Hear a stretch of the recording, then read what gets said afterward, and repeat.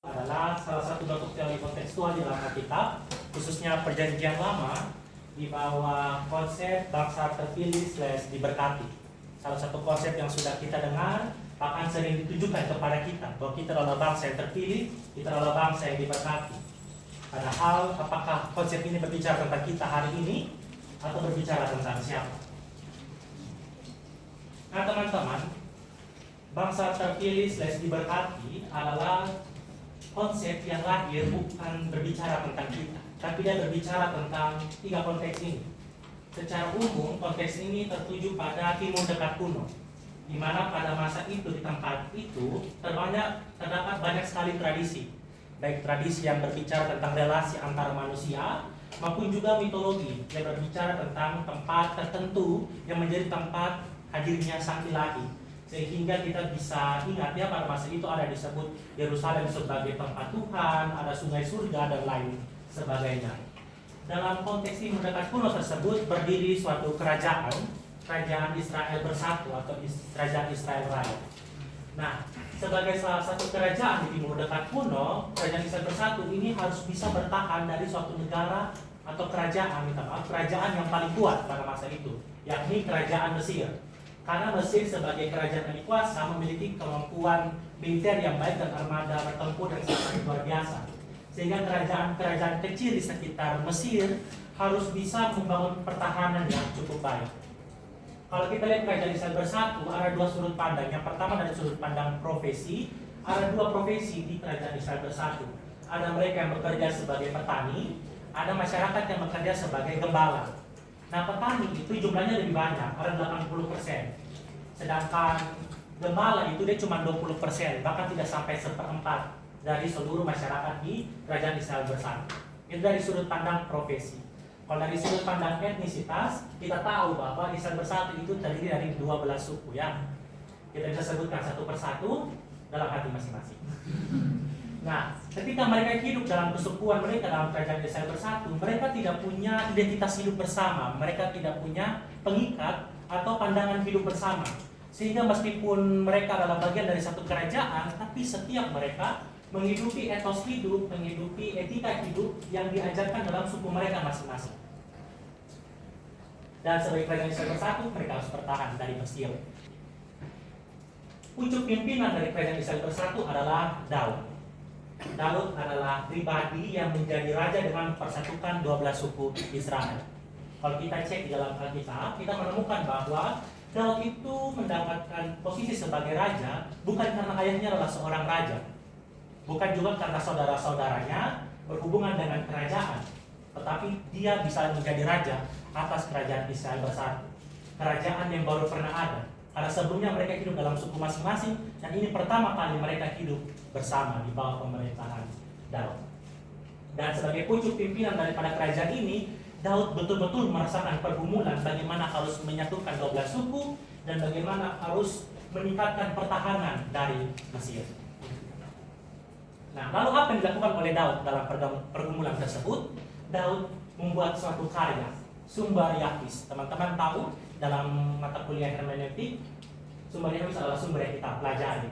Nah, apa yang dilakukan oleh Daud? Daud mengumpulkan tradisi-tradisi baik secara umum di Timur Dekat kuno maupun secara khusus pada 12 suku Israel untuk kembali menuliskan sejarah munculnya bangsa ini. Sehingga kalau kita baca sumber Yahwis, kita akan menemukan bagaimana Daud akan memandang dirinya sendiri, bagaimana Daud memandang kerajaan Israel bersatu, bagaimana Daud memandang dunia di luar. Dunia ini bisa berbicara tentang Mesir dan nanti ada Filistin. Nah teman-teman, dalam menulis sumber Yahwis, menulis ulang sejarah bangsa Israel, Daud memilih salah satu kelompok untuk menjadi representasi dari bangsa Israel. Dia bukan memilih yang 80% tadi, tapi dia memilih yang 20%. Dia memilih yang gembala. Ada 3 alasan kenapa Daud justru memilih kaum yang minoritas ini. Yang pertama, karena para gembala itu mereka punya pengalaman yang pahit dengan Mesir. Mereka pernah disuruh kerja paksa di Mesir. Yang kedua, para gembala meskipun mereka gembala, tapi mereka punya kemampuan militer. Kenapa? Karena mereka sering menyewakan jasa untuk melindungi kelompok tertentu. Jadi kalau ada bangsawan yang butuh penjagaan, mereka bisa meminta jasa dari para gembala untuk melindungi mereka. Dan yang ketiga, kenapa para gembala yang dipilih? Karena meskipun mereka gembala, tapi mereka mampu untuk mengolah lahan kering. Sehingga kesejahteraan hidup dari bangsa Israel itu sedikit banyak ditopang oleh kelompok ini. Ini 3 alasan kenapa kalau kita baca para leluhur Israel itu adalah seorang gembala. Padahal toh mereka tetap menjadi yang minoritas sebenarnya dalam kerajaan Israel. Lanjutkan. Lalu apa isi dari teologi kontekstual ini? Kita lihat dari pertama kali narasi pemberkatan dan terpilihnya bangsa Israel itu dimulai dari kisah Abraham, teman-teman. Abraham dipanggil keluar dari tanahnya, dan kemudian ketika dia dipanggil itu dia diberkati. Ketika Abraham dipanggil, dia menerima panggilan itu. Dan dalam penerimaan itu, ia secara sadar memutuskan hubungannya dengan keluarganya. Dia keluar dari rumahnya, dan ketika dia keluar itu, dia diberkati oleh Yahweh.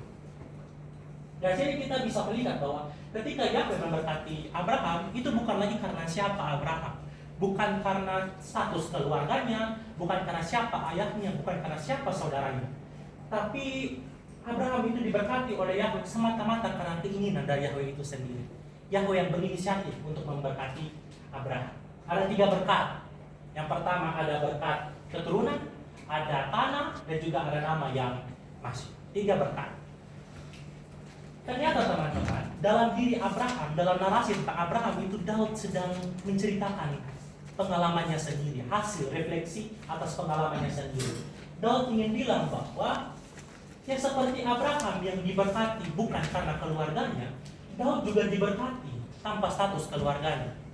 Daud mendapatkan berkat yang apa? Kekuasaan atas Israel bersatu. Itu refleksinya dia.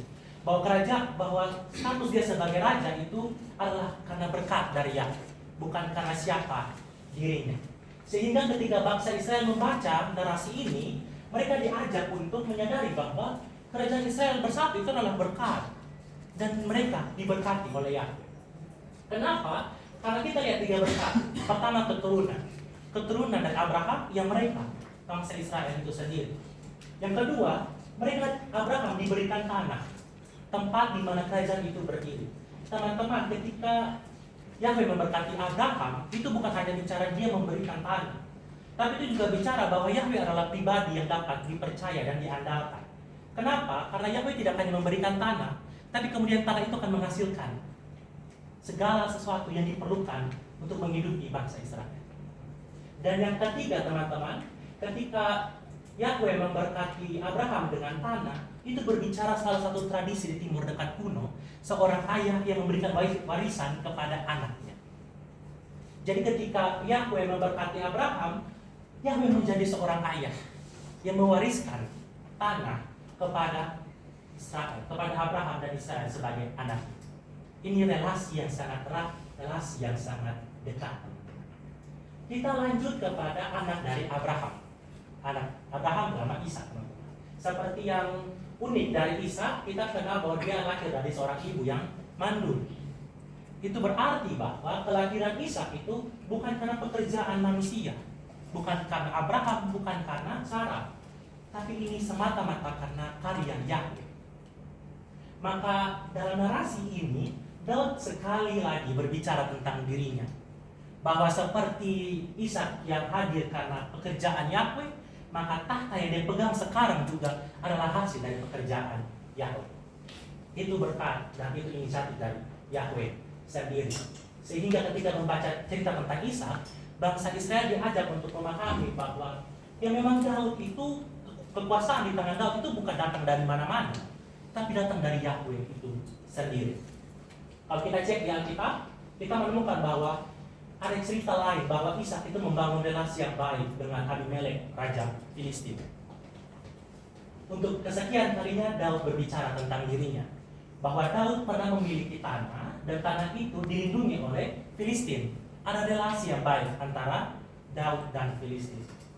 Maka ketika membaca cerita ini, bangsa Israel diajak untuk mengenal ada bangsa lain di luar sana yang sama-sama bertahan dari Mesir. Bangsa apa itu? Bangsa Filistin. Musuh Israel bukan Filistin, musuh Israel adalah Mesir. Kita lanjut, anaknya Ishak, Yakub. Kita kenal Yakub adalah orang yang menipu ya, bahkan menipu orang tuanya sendiri. Di Alkitab itu ceritanya sangat detail, bahwa kemudian Yakub memakai kulit binatang dan dia datang kepada Ishak yang sudah buta, lalu Ishak pikir, oh ini Esau, maka dia memberkati. Nah teman-teman, cerita ini sebenarnya mirip dengan salah satu tradisi yang ada di gembala-gembala, kehidupan para gembala. Jadi pada masa itu, gembala itu dia punya ternak yang sangat banyak. Sehingga ada waktu atau ada momen di mana seekor induk itu dia bisa saja kehilangan anaknya karena anaknya mati. Dan bisa saja ada anak yang kehilangan induk karena induknya mati. Nah, supaya anak yang kehilangan induk ini bisa bertahan hidup, maka para gembala berpikir untuk menguliti mayat dari anak yang sudah mati ini dipakaikan kepada anak yang masih hidup, sehingga induknya akan berpikir bahwa oh ini anaknya dia, dan dia akan besarkan seperti anaknya sendiri. Kita bisa lihat kemiripannya cerita tradisi gembala ini dengan apa yang dilakukan oleh Yakub dan ibunya. Dalam cerita tentang Yakub, apa yang dikatakan Daud tentang dirinya? Daud menemukan bahwa seperti Yakub, dia bukan anak sulung, tapi dia diberkati dengan kekuasaannya atas Israel bersatu. Sehingga tujuannya sekali lagi penegasan bahwa Daud adalah yang diberkati dan kerajaan Israel bersatu diberkati oleh Yakub. Kalau kita cek di salah satu pendapat Robert Wood tentang cerita ini, dia berbicara bahwa dalam cerita tentang Yakub ada sesuatu yang baru yang dimasukkan oleh Daud. Kalau yang lain berbicara bahwa ini semata-mata karena berkat Yahweh, di cerita Yakub ini muncul bagaimana berkat Yahweh itu kemudian bertemu dengan kecerdikan manusia, dengan kemampuan manusia. Sehingga ketika bangsa Israel membaca cerita ini, Daud ingin mengajak orang Israel supaya percaya bahwa benar Yakub itu diberkati. Tapi Yakub juga kompeten. Daud juga kompeten untuk menjadi raja. Meskipun kompetensinya itu bukan menjadi alasan Yahweh untuk memberkatinya. Lanjut kepada salah satu narasi yang besar yang kita kenal dari bangsa Israel, yaitu keluarnya Israel dari Mesir, pembebasan dari Mesir.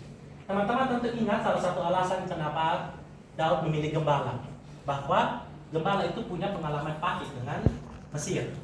Nah, pengalaman inilah yang menjadi cerita keluaran bangsa Israel dari Mesir. Pada masa itu, gembala selalu membawa ternak-ternaknya untuk pergi mencari padang rumput. Dan bisa saja kawanan gembala ini sampai ke daerah wilayahnya Mesir. Karena mereka sudah masuk di Mesir, maka mereka harus bayar pajak di sana. Tapi kemudian diubah. Cara pembayaran pajak adalah dengan kerja paksa. Penderitaan itu dimulai. Dan memang mereka berhasil keluar dari Mesir. Dan cerita itu menjadi cerita penderitaan dan sekaligus keluarnya bangsa Israel dari Mesir. Di sana muncul pribadi yang dipilih oleh Tuhan, oleh Yahweh, yakni Musa. Kehadiran Musa itu menunjukkan bahwa Yahweh membela Israel dari penindasan Mesir. Sehingga melalui cerita ini Daud ingin bilang kepada bangsa Israel bahwa meskipun Mesir punya armada yang kuat, dia punya senjata yang luar biasa, tapi itu bukan mereka yang diberkati. Yang diberkati itu kita, orang Israel. Itu yang ingin Daud katakan. Dan siapa yang dikutuk? Mesir. Kita tahu 10 tulah, bisa kita sebutkan dalam hati masing-masing. Israel lah yang diberkati, Mesir yang dikutuk. Sehingga tujuannya apa? Supaya orang Israel percaya bahwa Yahweh tidak hanya memberkati, tapi Yahweh memelihara kehidupan orang Israel.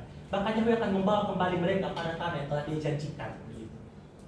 Dan Yahweh menyatakan kasih dan keadilan. Yahweh tidak suka dengan penindasan.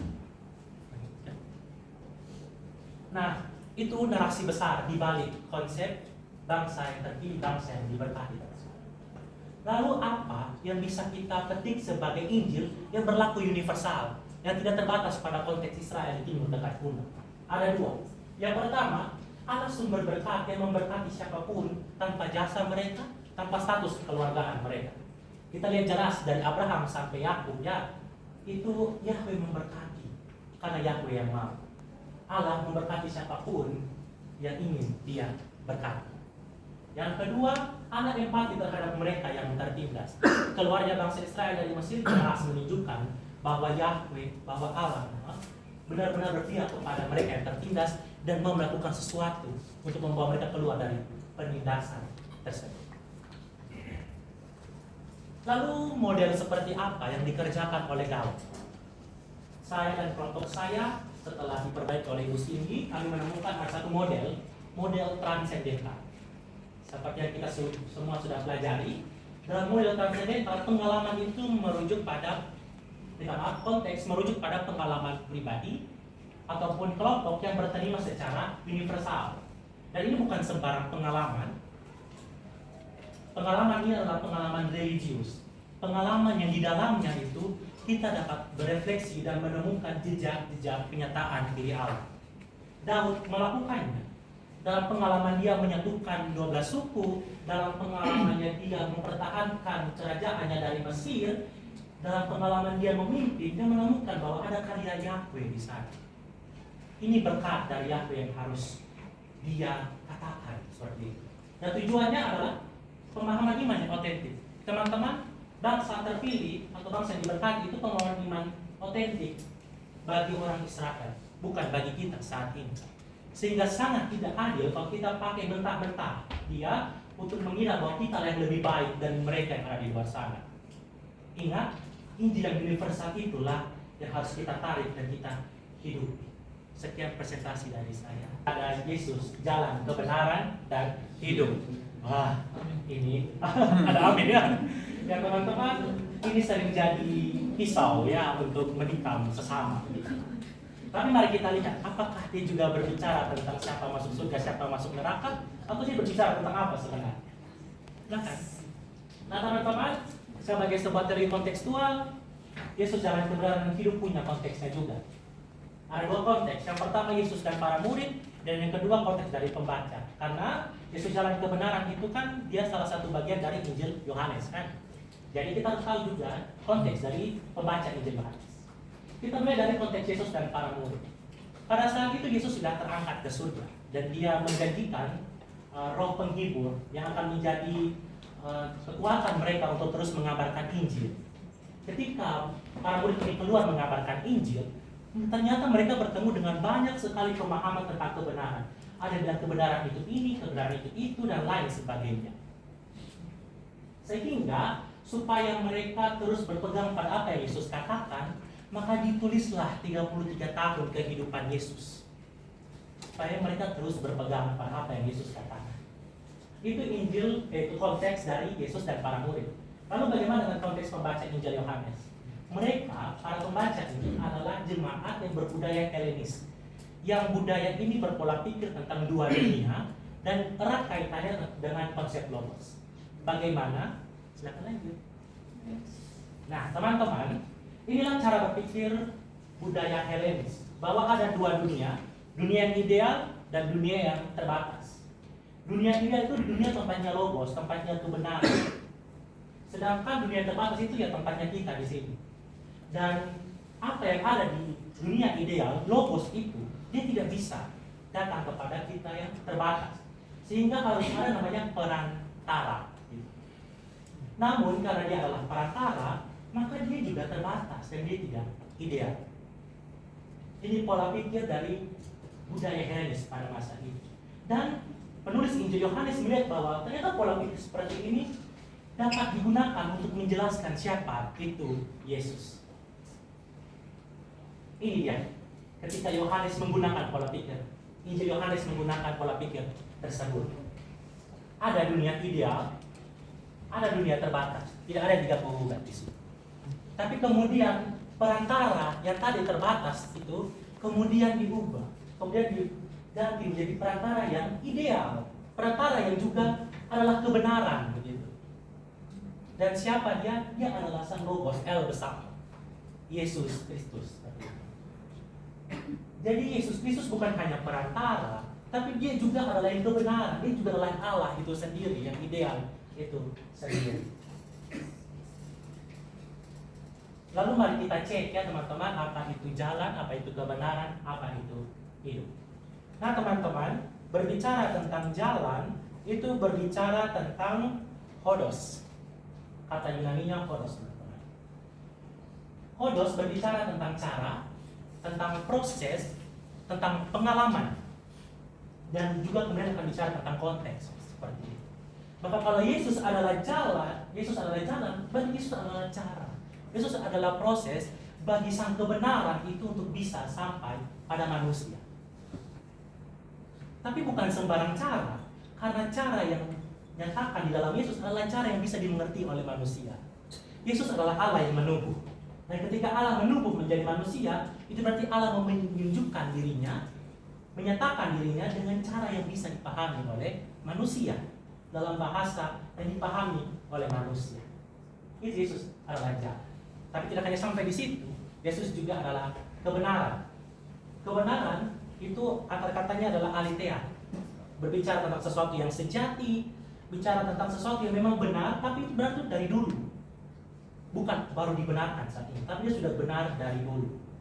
Sehingga kalau Yesus adalah kebenaran, mau bilang bahwa Yesus adalah jalan, tapi dia juga adalah kebenaran itu sendiri. Bahwa di dalam dan melalui Yesus itu kita menemukan apa itu kebenaran, apa itu Allah yang seutuhnya. Itulah makna dari Yesus adalah jalan dan kebenaran. Kita lanjut, hidup. Teman-teman, hidup di sini akar katanya itu zoe. Akar katanya adalah zoe, dan hidup ini bukan berbicara tentang keseharian ya, bukan bicara tentang kita bangun, terus kita makan 2 piring, kita tambah SD 2 gelas, kenyang, mengantuk, tidur. Bukan begitu. Tapi hidup di sini bicara tentang keutuhan. Bagaimana kita utuh secara rohani, bagaimana kita utuh secara fisik. Bagaimana hidup itu mencapai titik yang paling full, yang paling totalitas dan bermakna, teman-teman. Maka kalau Yesus adalah hidup, berbicara tentang ketika kebenaran itu sampai kepada kita dengan cara yang bisa kita pahami, pada saat itulah kita hidup dengan benar-benar hidup. Hidup yang bukan sembarang hidup, hidup yang benar-benar hidup. Maka apa Injil yang bisa kita tarik, yang bersifat universal, yang tidak terbatas pada konteks pembaca Injil Yohanes? Ini dia, teman-teman. Kalau Yesus adalah jalan kebenaran dan hidup, berbicara tentang Allah, yakni kebenaran, aletheia itu, dia mau untuk memperjumpakan dirinya kepada mereka yang mencarinya. Allah yang adalah kebenaran, yang adalah kesejatian itu, dia mau untuk memperjumpakan dirinya kepada siapapun mereka yang mau mencarinya. Perjumpaan itu dilakukan melalui jalan yang dapat dipahami, melalui hodos, melalui cara, melalui proses, melalui pengalaman, melalui konteks yang bisa dipahami oleh manusia. Dan ketika manusia dapat akhirnya bertemu dengan kebenaran itu, maka manusia memiliki hidup yang bermakna, hidup yang benar-benar hidup. Ini Injil, teman-teman. Bahwa Allah yang benar itu mau untuk berjumpa dengan kita, maka kita mau mencarinya. Bahkan dia memperjumpakan dirinya dengan cara yang bisa kita pahami, dalam pengalaman kita, dalam konteks kita, dengan cara dan proses kita. Sekali lagi, model apa yang digunakan? Ada 2 model, terjemahan dan budaya tandingan. Model terjemahan itu tampak pada bagaimana penginjil menemukan wadah yang tepat untuk menyuntikkan Injilnya. Konsep logos itu wadah yang tepat. Karena dengan memahami Yesus sebagai logos, pembaca Injil Yohanes bisa menemukan siapa itu Yesus sesuai dengan apa yang ingin dikatakan oleh penginjil. Jadi transfer informasi dan rasanya itu sama, karena wadahnya tepat. Tapi tidak hanya sampai di situ, ada budaya tandingan. Kita lihat bahwa kemudian konsep perantara dalam pemikiran Helenis itu berbicara tentang sesuatu yang terbatas. Tapi penginjil kemudian sempurnakannya menjadi sesuatu yang tidak terbatas, yang adalah ideal itu sendiri. Bagaimana budaya tandingan tampak bahwa Injil kemudian menyempurnakan konteks yang sudah mengandung Injil. Jadi teman-teman, itulah bagaimana saya bisa menguraikan Yesus jalan kebenaran dan hidup. Jadi kalau kita masih jadikan dia sebagai pisau untuk menusuk sesama, untuk kamu yang neraka, saya yang surga, kita bisa pikir 2, 3, 4.